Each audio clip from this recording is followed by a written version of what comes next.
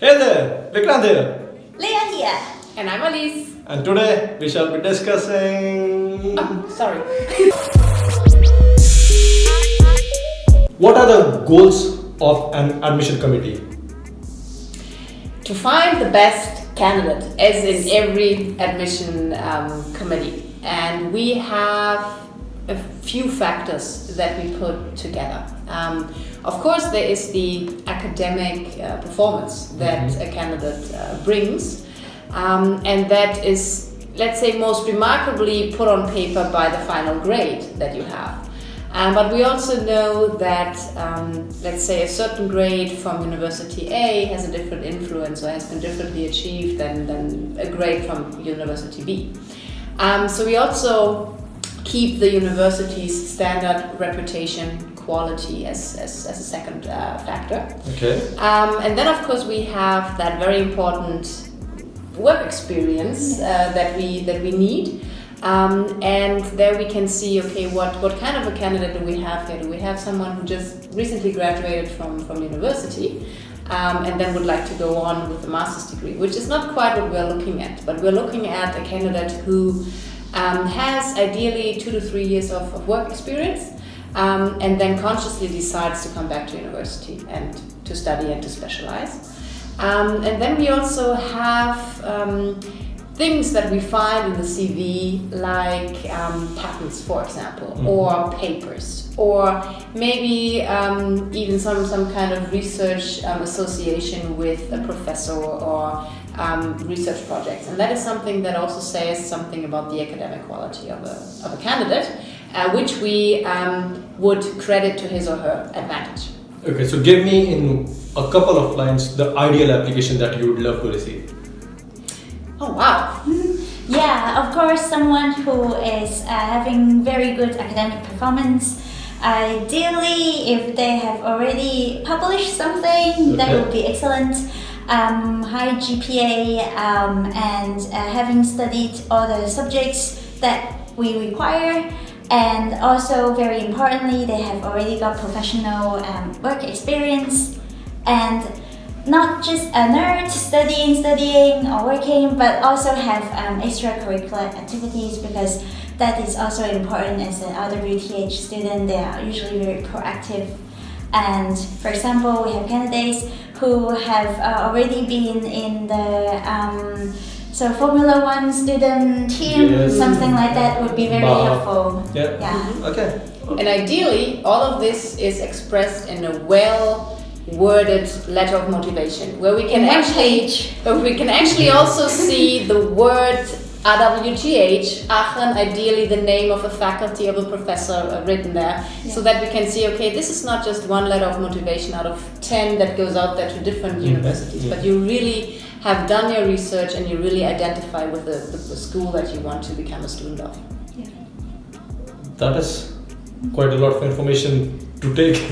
Yes, But listen. do you guys want that cover letter to be just one page? Yes. Ideally, yes. Okay, and the experience that we are looking at here, is that related to work, or is it okay if someone from IT field wants to shift to mechanical, or someone who has studied civil engineering in his her bachelor's and then went on to do some coding and then wants to go back and start studying once again? How do you guys evaluate that? Yes, so the work experience can not be anything like I work in a McDonald's for 1 year. It has to be related to the subject that you are applying for. So for example, for chem, a mechanical engineering background or computer science background, IT will also fit. So as long as we can link your work experience with what you are going to apply. Your second question was? I lost the line.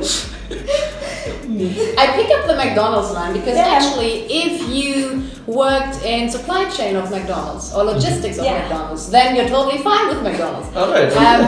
Just so it has to relate some way back your to studies, your bachelor's. Yes. Yeah, because those are the students who are focused, who know what they want, they have a goal in mind, and they study with a clear objective. Students who don't know what they want to study, we clearly can filter out, because that's not the kind of ambitious and well-focused candidate that we're looking at. There are a lot of very enthusiastic candidates that are there that would love to study once again, but due to one or the other reason they couldn't get the top grades in the bachelor's, or maybe in a couple of subjects or something like that. How do you guys look at that at all? Do you understand? Do you get applications like that? Yeah, again, I mean, there's students who maybe have a mediocre grade, but we know they come from a top university, and we know how hard it is to be a top achiever in that university. Okay. And what I always say, you cannot change the grade that you received in or after graduation, but then if your CV shows, okay, he really or she worked really hard, is still engaged in research topics, so you can see a red line of this is where I want to go, then that tells us something about the candidate. Okay, so basically how he or her goes on after the education towards an aim of becoming a particular something that you guys can notice. Exactly. Yes, we look at the all-rounded profile of the students, so we consider for students who had maybe less GPA than if he or she worked in a very famous company or had longer work experience, then that will also balance out. Yeah. Okay, once again, because academics are very, very important for any level of education, what percentage or how much weightage when you decide for a particular student that maybe he or she can get an admission, what weightage do you give just to the academics? It's a heavy weight. Let's put it like that. But we cannot give out certain numbers, and also not. I graduated with 63% from that Indian university, but I graduated with that percentage, and I didn't go in. The thing is, we calculate your home grade into the German grading system. There's a fixed formula for that that is universally used. So you cannot really compare your grades one by one, because we also take into consideration the highest grade, the passing grade, things like that. So that's comparing you with your friend and a higher grade, that always doesn't sit right. Okay, and what sort of ideally an extracurricular performance or background would you like to see in a candidate?